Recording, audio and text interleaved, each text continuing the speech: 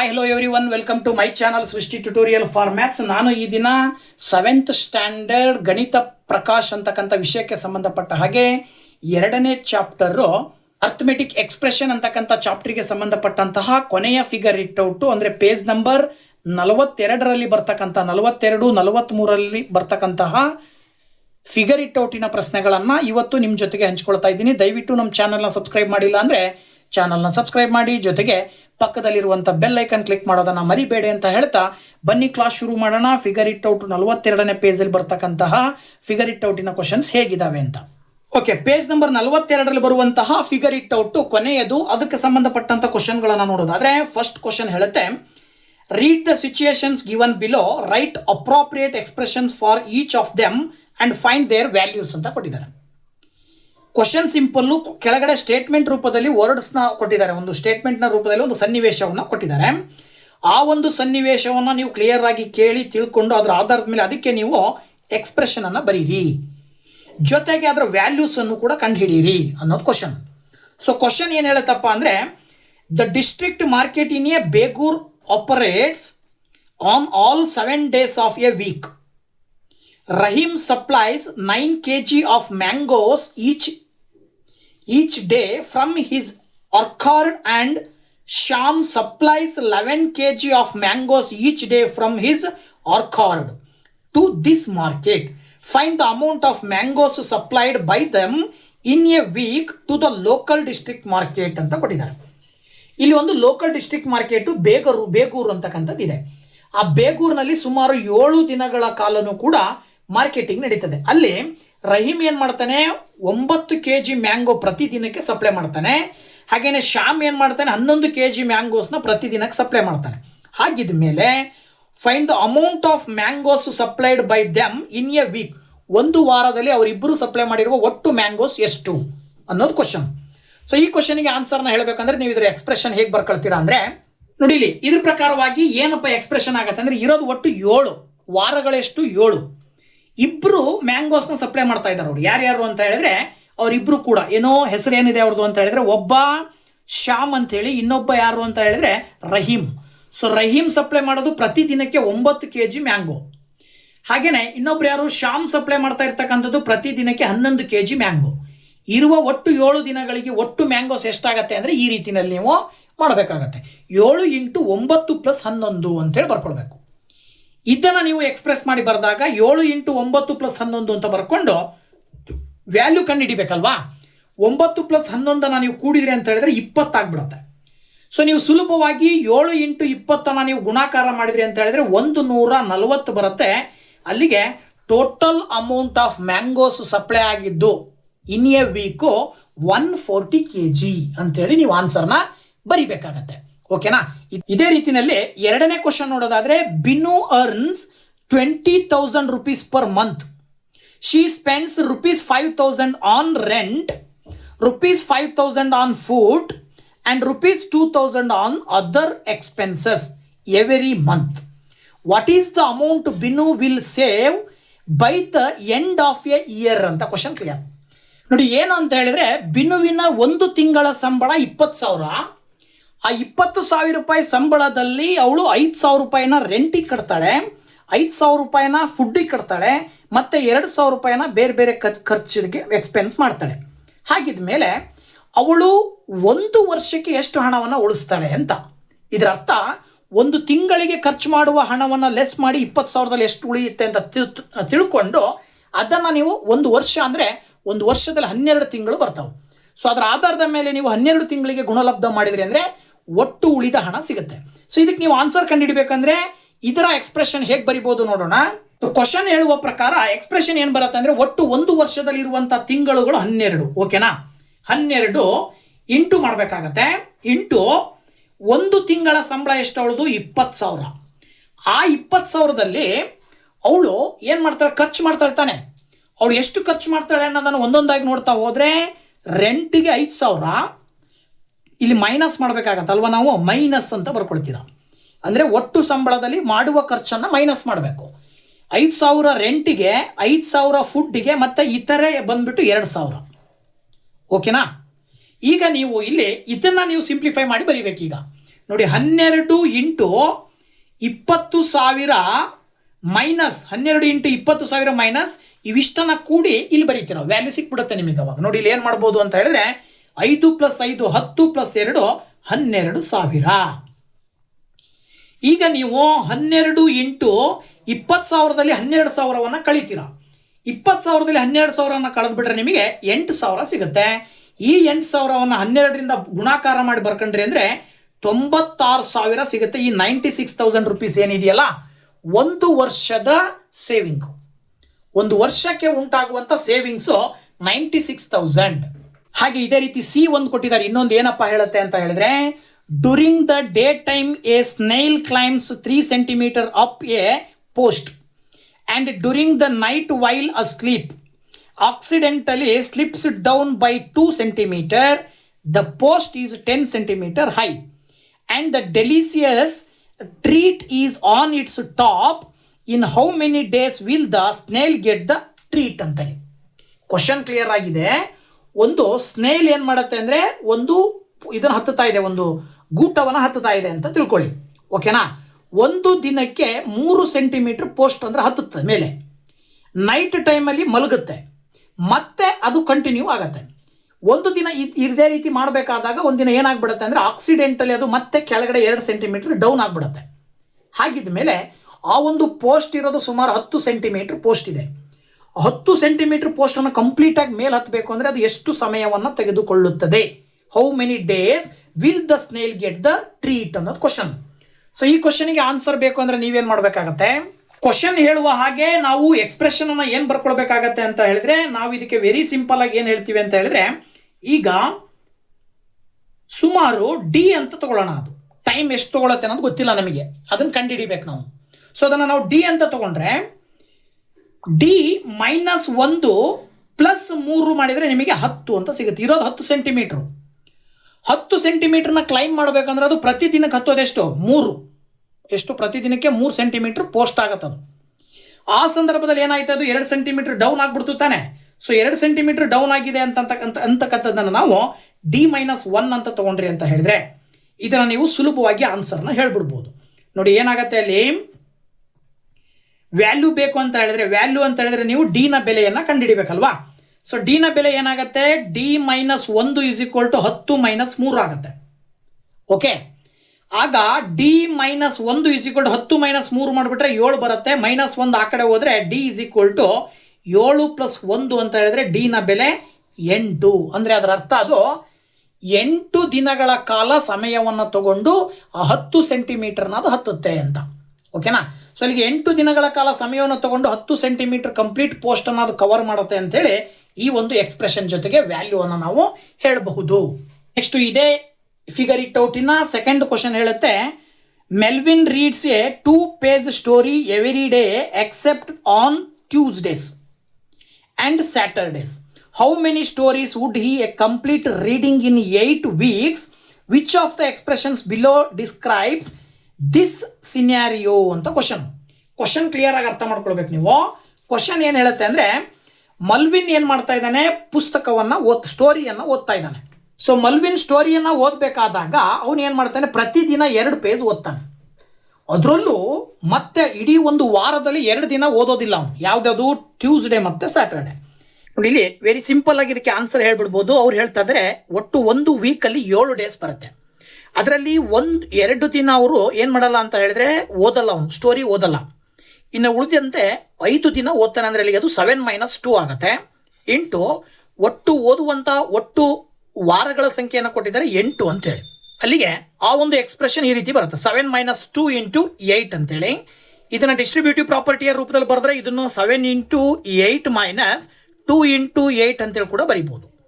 So ಈ ರೀತಿ 2 ಆಪ್ಷನ್ಗಳ ರೂಪದಲ್ಲಿ ನಿಮಗೆ ಆಪ್ಷನ್ ಬಿ ನಲ್ಲಿ ಕೊಟ್ಟಿದ್ದಾರಲ್ವಾ, ಬಿ ಕೂಡ ಅದೇ ರೀತಿಯಲ್ಲೇ ಇದೆ, ಹಾಗೆಯೇ ಜಿನೂ ಕೂಡ ಅದೇ ರೀತಿಯ ಎಕ್ಸ್ಪ್ರೆಷನ್ ಅನ್ನು ಹೊಂದಿದೆ. ಸೊ ಹಾಗಾಗಿ ನೀವು ಈ ಒಂದು 2ನೇ ಕ್ವಶನಿಗೆ ಬಿ ಮತ್ತು ಜಿ ಅನ್ನು ಆನ್ಸರ್ ಅಂತೇಳಿ ಹೇಳಬೇಕಾಗತ್ತೆ. ಇದಾದ ನಂತರದಲ್ಲಿ ಕ್ವಶನ್ ನಂಬರ್ 3 ಹೇಳುತ್ತೆ, find the different ways of evaluating the following expressions. ಕೆಳಗಡೆ ಎಕ್ಸ್ಪ್ರೆಷನ್ಸ್ಗಳನ್ನು ಕೊಟ್ಟಿದ್ದಾರೆ. ಈ ಎಕ್ಸ್ಪ್ರೆಷನ್ಸ್ಗಳನ್ನು ಬೇರೆ ಬೇರೆ ವಿಧಾನದಲ್ಲಿ ನೀವು ಏನು ಮಾಡಬೇಕಂತೆ, ಇವ್ಯಾಲ್ಯೂಯೇಟ್ ಮಾಡಬೇಕಂತೆ. ಹೇಗೆ ಮಾಡ್ಬೋದು ಅನ್ನೋದನ್ನು ನಾವು ಇದನ್ನು ನೋಡೋದಾದರೆ, ಸೊ ಎರಡು ವೇನಲ್ಲಿ ನಾವು ಬರೀಬೇಕಾಗತ್ತಲ್ವಾ. ಸೊ ಅದಕ್ಕೆ ಸಂಬಂಧಪಟ್ಟ ಹಾಗೆ ನಾವು ಫಸ್ಟ್ ವೇ ಏನು ಮಾಡೋಣ ಅಂತ ಹೇಳಿದ್ರೆ ವೆರಿ ಸಿಂಪಲ್. ಏನು ಮಾಡ್ಬೋದು ಅಂದರೆ 1 - 2 ಒಂದು ಗ್ರೂಪ್ ಮಾಡ್ಕೊಳ್ಬೇಕು, 3 - 4 ಒಂದು ಗ್ರೂಪ್ ಮಾಡ್ಕೋಬೇಕು, ಹಾಗೆಯೇ 5 - 6 ಒಂದು ಗ್ರೂಪ್ ಮಾಡ್ಕೊಳ್ಬೇಕು, ಜೊತೆಗೆ 7 - 8 ಒಂದು ಗ್ರೂಪ್ ಮಾಡ್ಕೊಳ್ಬೇಕು, ಹಾಗೆಯೇ ಪ್ಲಸ್ ಹಾಕಿ 9 - 10 ಒಂದು ಗ್ರೂಪ್ ಮಾಡ್ಕೊಳ್ಬೇಕು. ಪ್ಲಸ್ ಇರೋವನ್ನ ಮಧ್ಯೆ ಪ್ಲಸ್ ಬರ್ಕೊಂಡು ಮೈನಸ್ ಇರೋಗಳಿಗೆ ಬ್ರಾಕೆಟ್ ಹಾಕಂತ ಹೋದ್ರಿ ಅಂದರೆ ನೀವು ಸುಲಭವಾಗಿ ಇದಕ್ಕೆ ಆನ್ಸರ್ನ ಹೇಳ್ಬಿಡ್ಬೋದು. ನೋಡ್ರಿ ಇಲ್ಲಿ ಏನಾಗುತ್ತೆ ಇದಕ್ಕೆ ಆನ್ಸರ್ ಅಂತ ಹೇಳಿದ್ರೆ 1ರಲ್ಲಿ 2 ಹೋದರೆ -1 ಬರುತ್ತೆ, ಪ್ಲಸ್ 3ರಲ್ಲಿ 4 ಹೋದರೂ ಕೂಡ -1 ಬರುತ್ತೆ, 5ರಲ್ಲಿ 6 ಹೋದರೂ ಕೂಡ -1 ಬರುತ್ತೆ, 7ರಲ್ಲಿ 8 ಹೋದರೂ ಕೂಡ -1 ಬರುತ್ತೆ, 9ರಲ್ಲಿ 10 ಹೋದರೂ ಕೂಡ -1 ಬರುತ್ತೆ. ಇವೆಲ್ಲವುಗಳಿಗೆ ಚಿಹ್ನೆ ಮಧ್ಯೆ ಪ್ಲಸ್ ಹಾಕ್ಕೊಂಡು ನೀವು ಪ್ಲಸ್ಸಿಂದ ನೀವು ಇಷ್ಟನ್ನು ಗುಣಾಕಾರ ಮಾಡ್ತಾ ಹೋದರೆ ಮೈನಸ್ಸೇ ಬರೋದ್ರಿಂದಾಗಿ 1 2 3 4 5 ಅಂದರೆ ಅಲ್ಲಿಗೆ ಒಟ್ಟು ಉತ್ತರ ಎಷ್ಟು ಬರುತ್ತೆ? -5 ಬರುತ್ತೆ. ಇದೇ ರೀತಿಯಲ್ಲಿ ಇದನ್ನು ಇನ್ನೊಂದು ರೀತಿಯಲ್ಲಿ ಹೇಗೆ ಬರಿಬೋದು ಅಂದರೆ ಪ್ಲಸ್ ಇರೋವನ್ನೆಲ್ಲ ಒಂದು ಕಡೆ ಬರ್ಕೊಳ್ರಿ, ಮೈನಸ್ ಇರೋವನ್ನೆಲ್ಲ ಒಂದು ಕಡೆ ಬರ್ಕೊಂಡು 1 + 3 + 5 + 7 ಬ್ರಾಕೆಟ್ 7 + 9 ಬರೆದು ಬ್ರಾಕೆಟ್ ಹಾಕಿ ಮೈನಸ್ ಕಾಮನ್ ತಗೊಂಡು ಮತ್ತೆ ಬ್ರಾಕೆಟ್ನ ಒಳಗಡೆ ಉಳಿದಿರೋದೆಷ್ಟು 2 + 4 + 6 + 8 + 10 ಮಾಡಿಬಿಟ್ರಿ ಅಂದರೆ 1 + 3 + 5 + 7 + 9 ಮಾಡಿದ್ರೆ ನಿಮಗೆ 25 ಬರುತ್ತೆ. 2 4 6 8 10 ಕೂಡಿದ್ರಿ ಅಂತ ಹೇಳಿದ್ರೆ 30 ಬರುತ್ತೆ. ಮಧ್ಯ ಚಿಹ್ನೆ ಮೈನಸ್ ಇದೆ. ಸುಲಭವಾಗಿ ನೀವು 25ರಲ್ಲಿ 30ನ್ನು ಕಳೆದು ಬಿಟ್ರಿ ಅಂದರೆ ನಿಮಗೆ ಏನು ಬರುತ್ತೆ ಆನ್ಸರು? -5 ಬರುತ್ತೆ. ಏನು ಬರುತ್ತೆ ಆನ್ಸರು? -5. ಇನ್ನು ಎರಡನೇ ಕ್ವಶನ್ ಕೊಟ್ಟಿದ್ದಾರೆ 1 - 1 + 1 - 1 + 1 - 1 ಅಂತೇಳಿ. ಅದನ್ನು ಕೂಡ ಇದೇ ರೀತಿನೇ ಫಸ್ಟ್ ವೇನಲ್ಲಿ ಬರೆಯೋದಾದರೆ ಪ್ಲಸ್ ಇರೋವನ್ನೆಲ್ಲ ಒಂದು ಕಡೆಗೆ ಬರ್ಕೊಂಡ್ಬಿಡ್ರಿ. ಓಕೆನಾ? ಪ್ಲಸ್ ಇರೋವನ್ನೆಲ್ಲ ಒಂದು ಕಡೆ ಬರ್ಕೊಂಡ್ರಿ ಅಂತ ಹೇಳಿದ್ರೆ ಒಟ್ಟು ನಂಬರ್ಸ್ 1 1 1 ಎಷ್ಟಿದೆ? 5 ಟೈಮ್ ಇದೆ. ಮತ್ತೆ ಮೈನಸ್ ಅಂತೇಳಿ ಬರೆದ್ಬಿಟ್ಟು ಬ್ರಾಕೆಟ್ ಒಳಗಡೆ ಇರೋಕ್ಕೆಲ್ಲವಕ್ಕೂ ಮತ್ತೆ 1 1 ಅಂತ ಬರ್ಕೊಂಡ್ಬಿಡ್ರಿ. ಸೊ ಅವು ಎಷ್ಟಿದ್ದಾವೆ? 5 ಇದ್ದಾವೆ. ಅಲ್ಲಿಗೆ 1 2 3 4 5 ಇದು 5 ಇದೆ, ಇದು 5 ಇದೆ. 5 5 ಅಂತ ಹೇಳಿದ್ರೆ 5 - 5 ಮಾಡಿಬಿಟ್ರೆ ನಿಮಗೆ ಉತ್ತರ ಏನು ಬರುತ್ತೆ? 0 ಬರುತ್ತೆ. ಇದನ್ನು ಇನ್ನೊಂದು ಎರಡನೇ ವೇನಲ್ಲಿ ಹೆಂಗೆ ಬರಿಬೋದಪ್ಪ ಅಂತ ಹೇಳಿದ್ರೆ ಇಲ್ಲಿ ಇದಿಷ್ಟರಿಂದ ಒಂದು ಕಾಮನ್ ತೆಗೆದು ಮಧ್ಯ ಚಿಹ್ನೆ ಮೈನಸ್ ಹಾಕಿ ಇದಿಷ್ಟರಿಂದ ಒಂದು ಕಾಮನ್ ತೆಗೆದು ಬ್ರಾಕೆಟ್ನ ಒಳಗಡೆ 0 + 0 + 0 + 0 + 0 ಅಂತ ಬರಿಬೋದು. ಆಗ 1 - 1 ಮಾಡಿದ್ರೂ 0 ಬರುತ್ತೆ. ಇಂಟು ಇದಿಷ್ಟು ಕೂಡ 0 ಇರೋದ್ರಿಂದ ಗುಣಾಕಾರ ಮಾಡಿದ್ರಿ ಅಂತ ಹೇಳಿದ್ರೆ 0 × 0 ಏನು ಬರುತ್ತೆ? ಉತ್ತರ 0 ಬರುತ್ತೆ. ಸೊ ಮೇಲ್ಗಡೆ ಒಂದನೇ ಕ್ವಶನ್ನಿಗೆ 2 ಬಾರಿನೂ ಆನ್ಸರ್ -5 ಬರೋ ರೀತಿಯಲ್ಲಿ 2 ರೀತಿಯಲ್ಲಿ ಬರೆದ್ವಿ. ಹಾಗೆ ಇಲ್ಲಿ ಏನು ಬರಿಬೋದು? 0 ಬರೋ ರೀತಿಯಲ್ಲಿ 2 ರೀತಿಯಲ್ಲೂ ಕೂಡ ಆನ್ಸರ್ನ ಬರಿತಾ ಇದ್ದೀವಿ. ಇದಾದ ನಂತರದಲ್ಲಿ 4th ಕ್ವಶನ್ ಹೇಳುತ್ತೆ. ಏನಪ್ಪ 4th ಕ್ವಶನ್ ಅಂತ ಹೇಳಿದ್ರೆ compare the following pairs of expressions using less than, greater than or equal or by reasoning ಅಂತ ಕೊಟ್ಟಿದ್ದಾರೆ. ಎರಡೂ ಕಡೆ ಎಕ್ಸ್ಪ್ರೆಷನ್ಸ್ ಅನ್ನು ಕೊಟ್ಟಿದ್ದಾರೆ. ಎಕ್ಸ್ಪ್ರೆಷನ್ಸಿನ ವ್ಯಾಲ್ಯೂನ ಆಧಾರದ ಮೇಲೆ ಈ ಬಾಕ್ಸಲ್ಲಿ ಲೆಸ್ ದ್ಯಾನ್, ಗ್ರೇಟರ್ ದ್ಯಾನ್ ಚಿಹ್ನೆ ಹಾಕ್ಕೊಂತ ಹೋಗಬೇಕು. ಇದನ್ನು ಹೇಗೆ ಹಾಕ್ಬೋದು ಅಂತ ಕ್ವಶನ್ ನೋಡ್ತಾ ಹೋಗೋಣ. 49 - 7 + 8 ಇದೆ. ಈ ಕಡೆನೂ ಕೂಡ 49 - 7 + 8 ಇದೆ. ಎರಡೂ ಕಡೆ ಎಕ್ಸ್ಪ್ರೆಷನ್ ಸೇಮ್ ಇರೋದ್ರಿಂದಾಗಿ ನೀವು ಇಲ್ಲಿ ಈಕ್ವಲ್ ಅಂತೇಳಿ ಹಾಕಬೇಕಾಗತ್ತೆ. ಈಗ ಇದನ್ನು ನೋಡಿದರೆ 83 × 42 -18 ಇದೆ. ಇಲ್ಲಿ 83 × 40 -18 ಇದೆ. ಇವೆರಡಕ್ಕೂ ವ್ಯತ್ಯಾಸ ಎಲ್ಲಿದೆ ಅಂದರೆ ಇಲ್ಲಿ 42 ಇದೆ, ಇಲ್ಲಿ 40 ಇದೆ. ಈ 42ರಿಂದ ಗುಣಾಕಾರ ಮಾಡಿದರೆ ದೊಡ್ಡ ಸಂಖ್ಯೆ ಬರುತ್ತೆ, ಅದರಲ್ಲಿ 18 ಕಳಿತೀರ. ಇಲ್ಲಿ 40ರಿಂದ ಗುಣಾಕಾರ ಮಾಡಿದಾಗ ಚಿಕ್ಕ ಸಂಖ್ಯೆ ಬರುತ್ತೆ, ಅದರಲ್ಲಿ 18 ಕಳಿತೀರ. ಎರಡಕ್ಕೂ ಕಂಪೇರ್ ಮಾಡಿದ್ರೆ ಇದು ದೊಡ್ಡದಾಗಿದೆ. ಸೊ ಹಾಗಾಗಿ ನೀವು ಇಲ್ಲಿ ಗ್ರೇಟರ್ ದ್ಯಾನ್ ಸಿಂಬಲನ್ನು ಬಳಕೆ ಮಾಡಬೇಕು. ನೆಕ್ಸ್ಟ್ ಇಲ್ಲಿ 145 - 17 × 8 ಇದೆ. 145 - 17 × 6 ಇದೆ. 145ರಲ್ಲಿ 17 × 8 ಮಾಡಿದ್ರಿ ಅಂತ ಹೇಳಿದ್ರೆ ದೊಡ್ಡ ಸಂಖ್ಯೆ ಬರುತ್ತೆ. 17 × 6 ಮಾಡಿದ್ರೆ ಚಿಕ್ಕ ಸಂಖ್ಯೆ ಬರುತ್ತೆ. ಸೊ ಈ ದೊಡ್ಡ ಸಂಖ್ಯೆ ಕಳೆದಾಗ ಈ ಸಂಖ್ಯೆ ಸಣ್ಣದಾಗತ್ತೆ, ಈ ಸಂಖ್ಯೆ ದೊಡ್ಡದಾಗತ್ತೆ. ಹಾಗಾಗಿ ನೀವು ಇಲ್ಲಿ ಇದಕ್ಕಿಂತ ಈ ಎಕ್ಸ್ಪ್ರೆಷನ್ ದೊಡ್ಡದಾಗಿರೋದ್ರಿಂದ ನೀವು ಲೆಸ್ ದ್ಯಾನ್ ಸಿಂಬಲನ್ನು ಹಾಕಬೇಕು ಸಿಗೆ. ಇದೇ ರೀತಿಯಲ್ಲಿ 23 × 48 - 3 ಇದೆ. ಈ ಕಡೆ 23 × 48 - 35 ಇದೆ. ಇಲ್ಲೂ 35 ಇದೆ. ಎರಡೂ ಇವುಗಳನ್ನು ನೋಡಿದಾಗ 23 × 48 - 35 ಇದೆ ಅಂತಂದರೆ ಇಲ್ಲಿ ನೀವು ಏನು ಮಾಡಬೇಕಾಗತ್ತೆ ಅಂದರೆ 23 × 48 ಮಲ್ಟಿಪ್ಲೈ ಮಾಡಿ ಅದರಲ್ಲಿ 35 ಕಳಿತೀರಿ. ಆವಾಗ ದೊಡ್ಡ ಸಂಖ್ಯೆ ಬರುತ್ತೆ. ಇಲ್ಲಿ 48ರಲ್ಲಿ 35 ಕಳೆದು ಬಂದಿರೋ ನಂಬರಿಂದ 23 ಗುಣಿಸ್ತೀರ, ಆವಾಗ ಚಿಕ್ಕ ಸಂಖ್ಯೆ ಬರುತ್ತೆ. ಸೊ ಈ ಕಡೆ ದೊಡ್ಡದು, ಈ ಕಡೆ ಚಿಕ್ಕದು. ಓಕೆನಾ. ಹಾಗಾಗಿ ನೀವು ಇಲ್ಲಿ ಗ್ರೇಟರ್ ದ್ಯಾನ್ ಸಿಂಬಲ್ ಅನ್ನು ಬಳಕೆ ಮಾಡ್ತೀರಾ. ಇನ್ನು ಈ ಕ್ವಶನ್ ನೋಡಿದ್ರೆ 16 ಮೈನಸ್ 11 ಇಂಟು 12 ಇದೆ. ಈ ಕಡೆನೂ ಮೈನಸ್ 11 ಇಂಟು 12 ಪ್ಲಸ್ 16 ಇಂಟು 12 ಅಂತಿದೆ. ಚಿಹ್ನೆಯ ರೂಪದಲ್ಲೇನೆ ಇದು ಡಿಸ್ಟ್ರಿಬ್ಯೂಟಿವ್ ಪ್ರಾಪರ್ಟಿಯನ್ನು ಅಪ್ಲೈ ಮಾಡಿದ್ದಾರೆ ಅಷ್ಟೇ. ಮೈನಸ್ 11 ಇಂಟು 12 ಮಧ್ಯದ ಚಿಹ್ನೆ ಪ್ಲಸ್ ಹಾಕಿ 12 ಇಂಟು 16 ಎರಡೂ ಕಡೆ ವ್ಯಾಲ್ಯೂ ಎಕ್ಸ್ಪ್ರೆಷನ್ ಸೇಮ್ ಇದೆ, ಅಂದರೆ ಆನ್ಸರ್ ಕೂಡ ಸೇಮ್ ಬರುತ್ತೆ. ಹಾಗಾಗಿ ನೀವು ಇಲ್ಲಿ ಈಕ್ವಲ್ ಸಿಂಬಲ್ ಅನ್ನು ಹಾಕಬೇಕು. ಈ ಕಡೆ 76 ಮೈನಸ್ 53 ಇಂಟು 88 ಇದೆ, ಇಲ್ಲಿ 53 ಮೈನಸ್ 76 ಇಂಟು 88 ಇದೆ. ಸ್ವಲ್ಪ ಅಬ್ಸರ್ವ್ ಮಾಡಿದರೆ ದೊಡ್ಡ ಸಂಖ್ಯೆಯಲ್ಲಿ ಚಿಕ್ಕ ಸಂಖ್ಯೆಯನ್ನು ಕಳೆದ್ರೆ ಚಿಹ್ನೆ ಪ್ಲಸ್ ಬರುತ್ತೆ, ಇಂಟು 88 ಮಾಡಿದ್ರೆ ದೊಡ್ಡ ಸಂಖ್ಯೆ ಆಗುತ್ತೆ. ಚಿಕ್ಕ ಸಂಖ್ಯೆಯಲ್ಲಿ ದೊಡ್ಡ ಸಂಖ್ಯೆ ಕಳೆದಾಗ ಚಿಹ್ನೆ ಮೈನಸ್ ಬರುತ್ತೆ, ಅಂದರೆ ಇಡೀ ಗುಣಲಬ್ಧಕ್ಕೆ ಚಿಹ್ನೆ ಮೈನಸ್, ಈ ಕಡೆ ಮೈನಸ್ ಈ ಕಡೆ ಪ್ಲಸ್ಸು. ಹಾಗಿದ್ಮೇಲೆ ಪ್ಲಸ್ ಇರೋದು ದೊಡ್ಡದು, ಮೈನಸ್ ಇರೋದು ಚಿಕ್ಕದು. ಹಾಗಾಗಿ ನೀವು ಇಲ್ಲಿ ಏನು ಬರೀಬೇಕು ಅಂತ ಹೇಳಿದ್ರೆ ಎಫ್ಗೂ ಕೂಡ ನೀವು ಗ್ರೇಟರ್ ದ್ಯಾನ್ ಸಿಂಬಲ್ ಅನ್ನು ಹಾಕ್ತೀರಾ.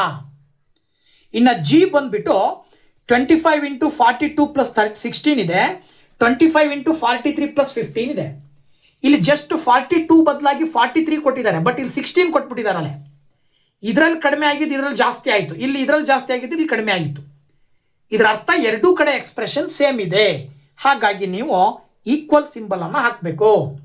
ಇನ್ನು ಹೆಚ್ ಬಂದ್ಬಿಟ್ಟು 36 ಇದೆ, ಇಲ್ಲಿ 35 ಇದೆ. ಇಲ್ಲಿ 28 ಇದೆ, ಮೈನಸ್ 16, 27 ಇದೆ, ಮೈನಸ್ 15. ಇವೆರಡರಲ್ಲಿ ವ್ಯತ್ಯಾಸ ಸೇಮ್ ಬರ್ಬೋದು, ಬಟ್ ಇಲ್ಲಿ 35 ಇಲ್ಲಿ 36 ಇರೋದ್ರಿಂದಾಗಿ ಇದ್ರ ವ್ಯಾಲ್ಯೂ ಜಾಸ್ತಿ ಬರುತ್ತೆ, ಇದ್ರ ವ್ಯಾಲ್ಯೂ ಕಡಿಮೆ ಬರುತ್ತೆ. ಸೊ ದಟ್ ಇಲ್ಲಿ ಗ್ರೇಟರ್ ದ್ಯಾನ್ ಸಿಂಬಲ್ ಅನ್ನು ಬಳಕೆ ಮಾಡಬೇಕಾಗತ್ತೆ. ಹಾಗೆ ಫಿಫ್ತ್ ಕ್ವಶನ್ ಕೆಳಗಡೆ ಕೊಟ್ಟಿದ್ದಾರೆ, ಏನು ಅಂತ ಹೇಳಿದ್ರೆ identify which of the following expressions are equal to the given expression without computation. You may rewrite the expressions using terms or removing brackets. There can be more than one expression which is equal to the given expression ಅಂತ ಕೊಟ್ಟಿದ್ದಾರೆ. ಅಂದರೆ ಇಲ್ಲಿ ಒಂದು number ಕೊಟ್ಟಿದ್ದಾರೆ, ಇಲ್ಲೂ ಕೂಡ ಒಂದು expression ಕೊಟ್ಟಿದ್ದಾರೆ, ಕೆಳಗಿನ ಯಾವ ಎಕ್ಸ್ಪ್ರೆಷನ್ ಇದಕ್ಕೆ ಸಮ ಇರುತ್ತೆ ಅಂತ ಕೇಳಿದ್ದಾರೆ. ಸೊ ಇದರ ಆಧಾರದ ಮೇಲೆ ನೀವು ಇದಕ್ಕೆ ಆನ್ಸರ್ನ ಹೇಳ್ಬೋದು. ಹೇಗೆ ಅಂತ ಹೇಳಿದ್ರೆ ಎಗೆ 83 ಮೈನಸ್ 37 ಮೈನಸ್ 12 ಅಂತಕ್ಕಂಥದ್ದು ಕೆಳಗಡೆ ನೋಡ್ತಾ ಹೋದಾಗ, ಸೊ ಇಲ್ಲಿ ಎಗೆ ಎರಡು ವ್ಯಾಲ್ಯೂ ಬರ್ತದೆ. ಏನಪ್ಪ ಅಂತ ಹೇಳಿದ್ರೆ ಒಂದಾಯಿತು, ಇನ್ನೊಂದು ಮೈನಸ್ 37 ಪ್ಲಸ್ 83 ಮೈನಸ್ 12 ಮಾಡಿದಾಗ ಇದನ್ನು ಸಿಂಪ್ಲಿಫೈ ಮಾಡಿದಾಗಲೂ ಕೂಡ ಇದೇ ಆನ್ಸರ್ ಬರುತ್ತೆ. ಹಾಗಾಗಿ ನೀವು 1 and 4 ಎರಡನ್ನ ನೀವು ಆನ್ಸರ್ ಆಗಿ ಹೇಳಬೇಕು, ಎಗೆ 1 and 4. ಹಾಗೆ ನೆಕ್ಸ್ಟ್ ಕ್ವಶನ್ ಬಿ ಕೊಟ್ಟಿದ್ದಾರೆ 93 ಪ್ಲಸ್ 37 ಇಂಟು 44 ಪ್ಲಸ್ 76 ಅಂತ ಕೊಟ್ಟಿದ್ದಾರೆ. ಇದಕ್ಕೆ ಯಾವ್ದು ಸಮ ಇರುತ್ತೆ ಇದರಲ್ಲಿ ನೀವು ಅಬ್ಸರ್ವ್ ಮಾಡ್ತಾ ಬಂದಾಗ ಇದನ್ನ 4ರಲ್ಲಿ ಕೊಟ್ಟಿದ್ದಾರೆ ನೋಡಿ. 4ನೇ ಆಪ್ಷನ್ ನೀವು ಸೆಲೆಕ್ಟ್ ಮಾಡ್ಬೋದು. 93 ಪ್ಲಸ್ 37, ಇಲ್ಲಿ 37 ಇಂಟು ಏನು ಕೊಟ್ಟಿದ್ದಾರೆ 44 ಇದೆ. 93 ಇಂಟು ಇರೋನು ಒಂದು ಕಡೆಗೆ ತೊಗೊಂಡು ಪ್ಲಸ್ ಇರೋನು ಒಂದು ಕಡೆ ತೊಗೊಂಡಿದ್ದಾರೆ ಅಷ್ಟೇ. ಎರಡರದ್ದು ವ್ಯಾಲ್ಯೂ ಸೇಮ್ ಬರುತ್ತೆ. ಸೊ ಹಾಗಾಗಿ ಇದಕ್ಕೆ ನೀವು ಆನ್ಸರ್ ಏನು ಬರೀಬೇಕು ಅಂದರೆ 4ನೇ ಆನ್ಸರ್ ಕರೆಕ್ಟು. ಇನ್ನು ಕೊನೆಯದಾಗಿ 6ನೇ ಕ್ವಶನ್ ಕೊಟ್ಟಿದ್ದಾರೆ. 6ನೇ ಕ್ವಶನ್ ಏನು ಹೇಳುತ್ತೆ ಅಂತ ನೋಡೋದಾದರೆ choose A number and create 10 different expressions having that value. ಒಂದೇ ಥರದ ಆನ್ಸರ್ ಬರೋ ರೀತಿಯಲ್ಲಿ ನೀವೇ ನಂಬರ್ಗಳನ್ನು ಸೆಲೆಕ್ಟ್ ಮಾಡಿಕೊಂಡು ಬೇರೆ ಬೇರೆ ಎಕ್ಸ್ಪ್ರೆಷನ್ಸನ್ನು ಬರೀರಿ ಅಂತ ಕೊಟ್ಟಿದ್ದಾರೆ. ಇದಕ್ಕೆ ನೀವು ಯಾವ ರೀತಿಯಲ್ಲಾದರೂ ಎಕ್ಸ್ಪ್ರೆಷನನ್ನು ಬರಿಬೋದು. 10 ಅಂತ ಕೊಟ್ಟಿದ್ದಾರೆ.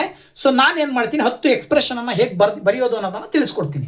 ನೋಡ್ತಾ ಹೋಗೋದಾದರೆ ಓಕೆ, ನಾನೀಗ ಒಂದೊಂದಾಗಿ ಹೇಳ್ತಾ ಹೋಗ್ತೀನಿ. ನಾನು 10 ಬರಬೇಕಪ್ಪ ಆನ್ಸರ್. 10 ಬರಲಿಕ್ಕೆ ಒಂದು ಎಕ್ಸ್ಪ್ರೆಷನ್ ಬರೀತೀನಿ ನಾನು. ಹೆಂಗೆ 5 + 5 ಬರೀತೀನಿ, 10 ಬರುತ್ತೆ. ಓಕೆನಾ? ಹಾಗಾದ್ರೆ ಮತ್ತೆ ಇನ್ನು ಏನೇನು ಬರೀಬೋದು ಅಂತ ನೋಡ್ತಾ ಹೋದರೆ, ಸಪೋಸ್ ನೀವು 15 ತೊಗೊಂಡ್ರಿ ಅಂದರೆ -5 ಮಾಡಿದ್ರಿ ಅಂದರೆ 10 ಬರುತ್ತೆ. ಸರಿ ಇದೆಯಾ? ಇನ್ನೂ ಒಂದು ರೀತಿಯಲ್ಲಿ ಎಕ್ಸ್ಪ್ರೆಷನ್ ಹೇಗೆ ಬರಿಬೋದು ನೀವು ಅಂತ ಹೇಳಿದ್ರೆ, ಸಪೋಸ್ ಇಲ್ಲಿ 2 ಅಂತ ಬರೆದ್ರಿ ಅಂದರೆ ಬ್ರಾಕೆಟ್ನ ಒಳಗಡೆ 3 + 2 ಅಂತ ಬರೆದ್ರಿ ಅಂದರೆ ಆನ್ಸರ್ 10 ಬರುತ್ತೆ. ನೋಡ್ರಿ ಇಲ್ಲಿ 3 2 5 5 2 10 ಬರಿಬೋದಲ್ವಾ? ಇನ್ನೂ ಒಂದು ರೀತಿಯಲ್ಲಿ ಹೇಗೆ ಬರಿಬೋದು ನೀವು, ಸಪೋಸ್ ಇಲ್ಲಿ 100 ಡಿವೈಡೆಡ್ ಬೈ 2 ಅಂತ ತಗೊಂಡ್ರೆ, 100 ಡಿವೈಡೆಡ್ ಬೈ 10 ಅಂತ ಬರೆದ್ರೆ ಆಗಲೂ ಕೂಡ ಆನ್ಸರ್ 10 ಬರುತ್ತೆ. ಇನ್ನೂ ಒಂದು ರೀತಿಯಲ್ಲಿ ಹೇಗೆ ಬರಿಬೋದು ಅಂದರೆ 2 × 4 ಮಾಡ್ತೀರಾ, ಮಧ್ಯದಲ್ಲಿ ಈ ಕಡೆ +2 ಮಾಡ್ತೀರಾ. 2 4 8 + 2 10 ಬರ್ಬೋದಲ್ವಾ? ಇನ್ನೂ ಒಂದು ವೇ ಹೇಗೆ ಬರಿಬೋದು, 1 + 2 + 3 + 4 ಮಾಡಿದ್ರೆ 10 ಬರುತ್ತೆ. 1 + 2 3, 3 + 3 ಎಷ್ಟು 6, 6 + 4 10. ಇನ್ನೂ ಒಂದು ವೇ ಹೇಗೆ ಬರಿಬೋದಪ್ಪ ಅಂತ ಹೇಳಿದ್ರೆ ನೋಡಿ, ಇಲ್ಲಿ 50 - ಏನು ಮಾಡ್ತೀರಾ ಅಂದರೆ 50 ಮೈನಸ್ 10 ಪ್ಲಸ್ 40 ಅಂತ ತಗೊಳ್ಬೋದು. ಆವಾಗಲೂ ಕೂಡ 10 ಪ್ಲಸ್ 30 ಅಂತ ತಗೊಳ್ರಿ, ಆಗಲೂ ಕೂಡ ಆನ್ಸರ್ 10 ಬರುತ್ತೆ. 10 30 ಕೂಡಿದ್ರೆ 40, 50ರಲ್ಲಿ 40 ಕಳೆದ್ರೆ 10 ಬರಿಬೋದಲ್ವಾ. ಇನ್ನೂ ಒಂದು ರೀತಿ ಹೇಗೆ ಬರಿಬೋದು ಅಂತ ಹೇಳಿದ್ರೆ 1 ಪ್ಲಸ್ 3 ಇಂಟು 3, 3 3 9, 9 ಪ್ಲಸ್ 1 10 ಬರಿಬೋದಲ್ವಾ. ಇನ್ನೂ ಒಂದು ಹೇಗೆ ಬರಿಬೋದು, ನೀವು ಒಂದು ಸ್ವಲ್ಪ ಅಬ್ಸರ್ವ್ ಮಾಡಿರಿ. ನೀವು ಇನ್ನು ಹೇಗೆ ಬರಿಬೋದು ಅಂತ ಹೇಳಿದ್ರೆ 5 into 1 plus 1 is equal to 10 ಬರಿಬೋದಲ್ವಾ. 5 into 1 plus 1 is equal to 10. ನೋಡಿ 10ನೇದು ಇನ್ನೊಂದನ್ನು ನೀವು ಎಕ್ಸಾಂಪಲ್ ಹೇಗೆ ಬರಿಬೋದು ಅಂತ ಹೇಳಿದ್ರೆ 20 ಬರೆದು ಮೈನಸ್ ಬರ್ಕೊಂಡು ಬ್ರಾಕೆಟ್ನ ಒಳಗಡೆ 5 ಪ್ಲಸ್ 5 ಬರೆದ್ರೂ ಕೂಡ ಆನ್ಸರ್ 10 ಬರುತ್ತೆ. 5 ಪ್ಲಸ್ 5 10 ಬರುತ್ತೆ, 20 ಮೈನಸ್ 10 ಮಾಡಿದ್ರೆ 10 ಬರುತ್ತೆ. ಓಕೆನಾ. ಸೊ ಈ ಒಂದು ವಿಡಿಯೋದಲ್ಲಿ ಫಿಗರ್ ಇಟ್ ಔಟು 42, 43 ಮತ್ತು 44ನೇ ಪೇಜಲ್ಲಿ ಬರುವಂತಹ ಅರ್ಥಮೆಟಿಕ್ ಎಕ್ಸ್ಪ್ರೆಷನ್ ಚಾಪ್ಟರಿನ ಕೊನೆಯ ಫಿಗರ್ ಇಟ್ ಔಟಲ್ಲಿ ಬರುವ ಎಲ್ಲ ಕ್ವಶನ್ಸ್ಗೂ ಕೂಡ ಸೊಲ್ಯೂಷನ್ ಹೇಗೆ ಕಂಡುಹಿಡಿಯೋದು ಅನ್ನೋದನ್ನು ಈ ಒಂದು ವಿಡಿಯೋದಲ್ಲಿ ತಿಳಿಸ್ಕೊಟ್ಟಿದ್ದೀನಿ. ಸೊ ವಿಡಿಯೋ ಇಷ್ಟ ಆದರೆ ಲೈಕ್ ಮಾಡಿ, ಶೇರ್ ಮಾಡಿ, ಹಾಗೆ ಕಮೆಂಟ್ ಮಾಡಿ ಅಂತ ಹೇಳ್ತಾ once again thank you very much. Bye bye.